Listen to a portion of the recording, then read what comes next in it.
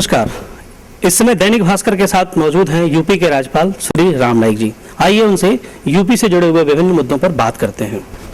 सबसे पहले सर, राष्ट्रीय फलक पर यूपी का क्या महत्व आप देखते हैं? यूपी हिंदुस्तान का सबसे बड़ा प्रदेश है। जनसंख्या के दृष्टि से या विकास के दृष्टि से भी।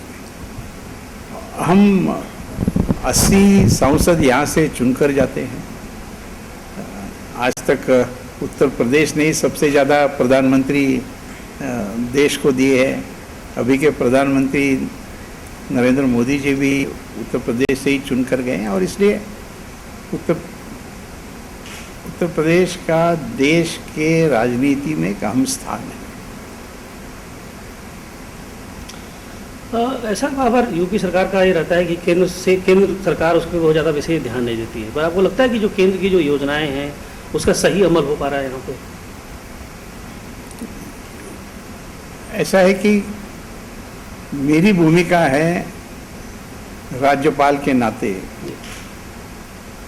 और राज्यपाल के नाते मैं यहाँ प्रतिनिधि के रूप में आया हूँ केंद्र सरकार जी। और मेरा ये काम है कि मैं दोनों के बीच में एक सेतु करके काम करूँ। और ऐसे में जब कोई बातें मेरे भी समझ में आती है, ख्याल में आती है, तो उसके आधार पर मैं प्रदेश को भी कुछ कहता रहता हूँ। और ये मेरा दायित्व भी होता है कि हर महीने में जी। उत्तर प्रदेश में क्या हो रहा है उसका राष्ट्रपति को रिपोर्ट भेजना, ये मेरा दायित्व है और वो भी मैं कहता रहता हूँ। अब कुछ समस्याएं हैं और जब मैं सेतु के रूप में काम करने की बात करता हूँ, जैसे उत्तर प्रदेश की एक अहम समस्या है बिजली की आपूर्ति। जितनी आवश्यक है उतनी बिजली नहीं मिल रही है। तो मैंने मुख्यमंत्री जी से भी इसके बारे में बातचीत की और केंद्रीय ऊर्जा मंत्री पीयूष गोयल जी से भी इसके बारे में बातचीत की और हमने दोनों को सलाह दी कि भाई आपने मिलकर इसके बारे में चर्चा करनी चाहिए। आने वाले कुछ दिनों में उनकी बातचीत होने वाली है और उसमें से रास्ता निकलेगा।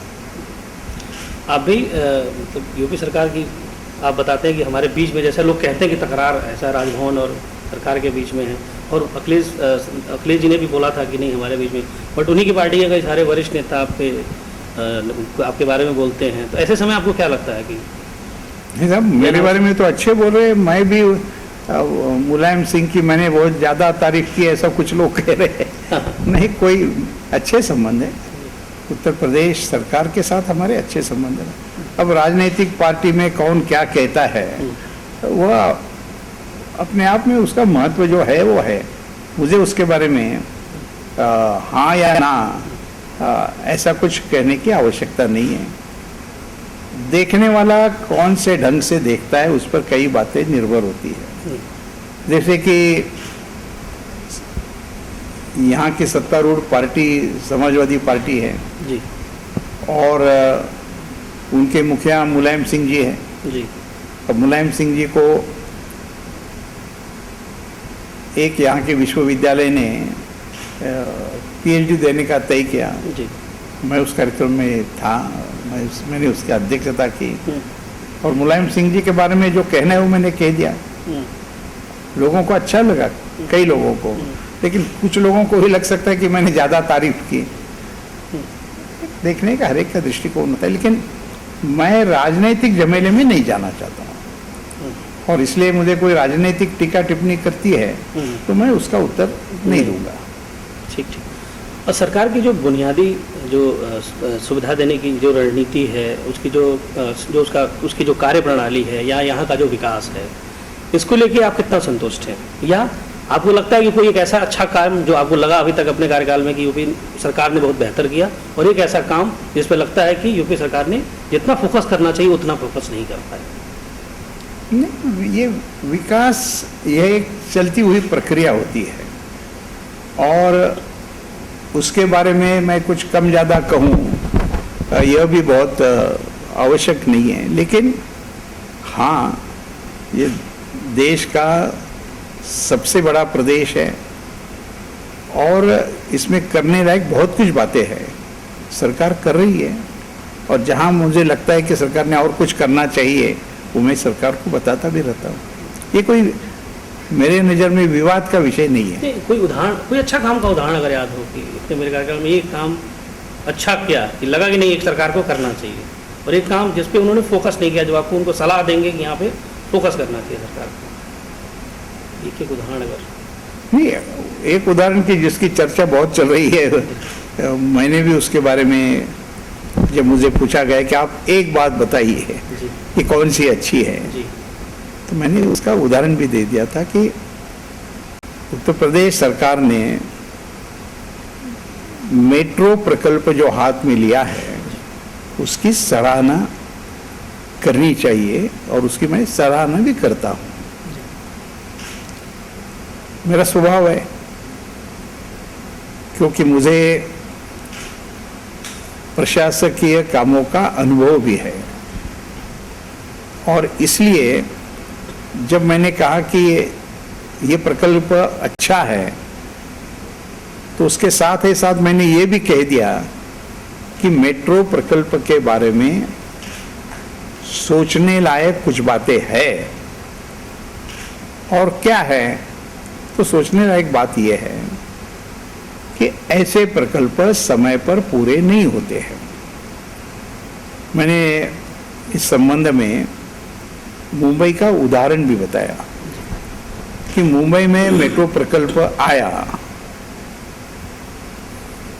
उसका शिलान्यास हुआ 2004 में और वह काम पूरा हुआ 2014 में, मतलब 10 साल के बाद।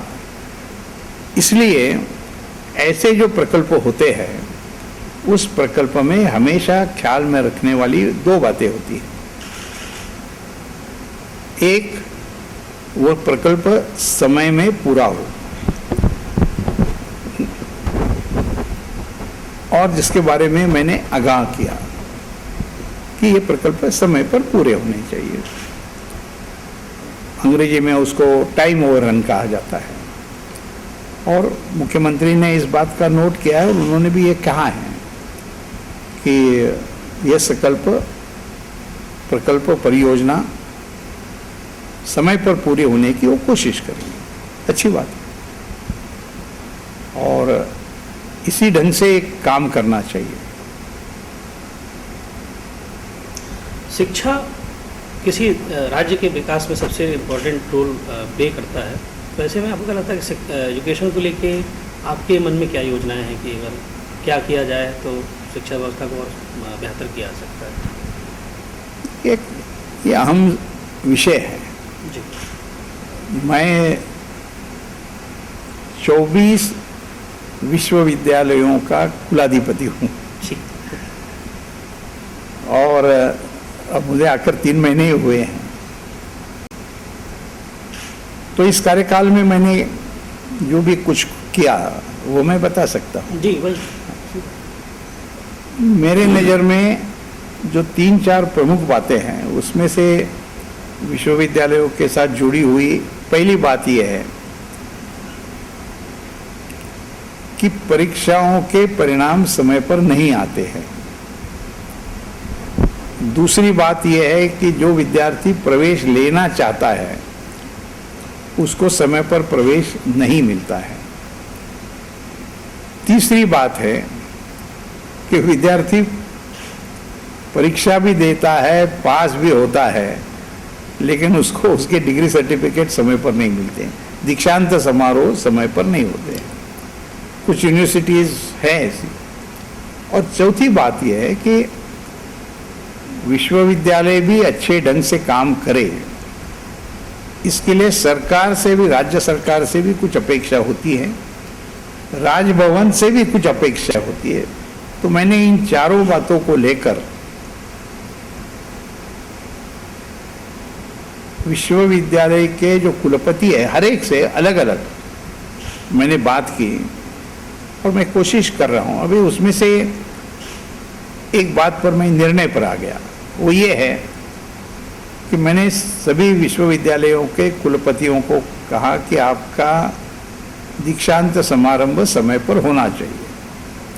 अब मैं अभी ये कहने की स्थिति में आ गया हूँ कि इस वर्ष सभी विश्वविद्यालयों के दीक्षांत समारोह 31 जनवरी के पहले पूरे हो जाएंगे, तो विद्यार्थियों को लगेगा कि हाँ हो गया, कोशिश कर रहा हूँ, सफलता मिलेगी। यूपी में देखा जाए तो कृषि को लेके प्राकृतिक जो संसाधन है, चाहे गंगा जमुना की वजह से आपका खुद का भी मानना है कि यहाँ की ज़मीन बहुत ज़्यादा उपजाऊ है, फिर भी वहीं अगर महाराष्ट्र की बात करें जहाँ के आप रहने वाले हैं, वहाँ पे उतना प्राकृतिक संपन्न नहीं है, फिर भी वहाँ पे गन्ना या कुछ एक ऐसे जो फसल हैं जो काफ़ी अच्छे से वहाँ लोग उपजाऊ कर रहे हैं, पैदा कर रहे हैं। तो ऐसे में आपको क्या लगता है कि यहाँ पे आप कोई कृषि नीति या कोई ऐसी सलाह जो सरकार को अपने या आप दे रहे हैं कि कृषि का विकास हो जिसमें?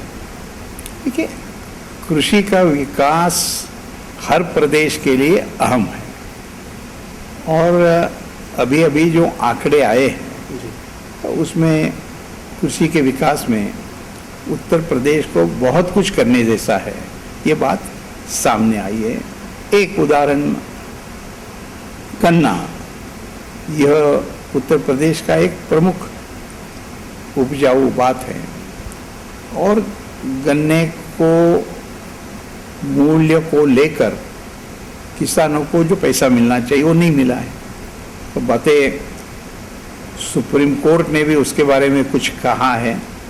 आवश्यक है कि गन्ना उत्पादक जो है उस किसान को उसका समय पर योग्य मूल्य मिले, सरकार ने ये करना चाहिए।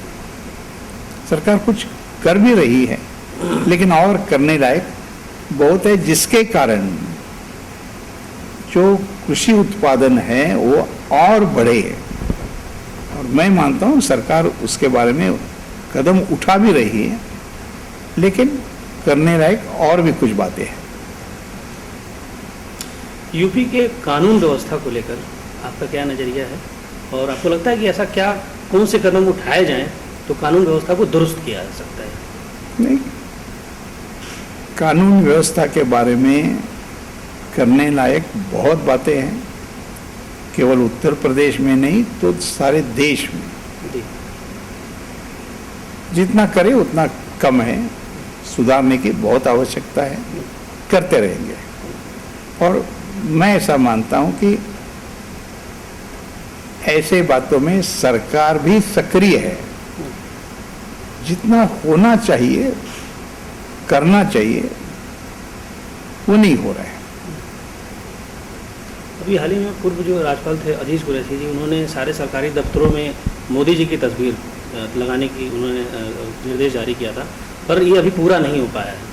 तो आपको लगता है कि उसको अमल में लाया जाना चाहिए इस चीज़ को? देखिए, देश का प्रधानमंत्री, देश का राष्ट्रपति, प्रदेश का राज्यपाल, प्रदेश के मुख्यमंत्री, ये ऐसी बातें हैं कि उसको विवाद में नहीं लाना चाहिए। मतलब आपका मानना है कि होना चाहिए कि नहीं, एज ए पीएम की उनकी तस्वीर सरकारी दफ्तरों में होनी चाहिए? मैं बोल रहा हूँ कि ये विवाद का विषय नहीं होना चाहिए। धन्यवाद आपका।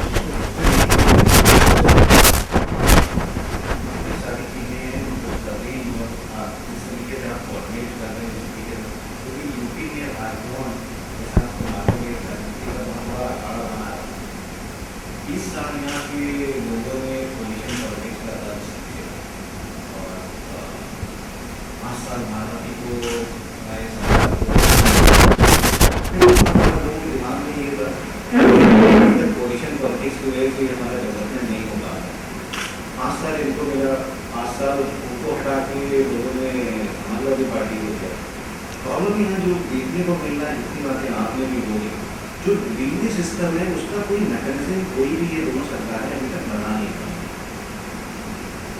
तो डिलीवरी सिस्टम को मजबूत करने के लिए क्या सरकार करेंगे, चाहे वो लॉ एंड ऑर्डर हो, चाहे वो कृषि हो, चाहे कोई भी क्षेत्र हो, चाहे एजुकेशन हो, कोई सोशल सेक्टर हो, पॉलिसीज बन जाती हैं, सरफेस पे रह जाती है और उनका प्रत्यक्ष इम्प्लीमेंटेशन स्पीडी तौर पे होना चाहिए, वो नहीं हो पाता।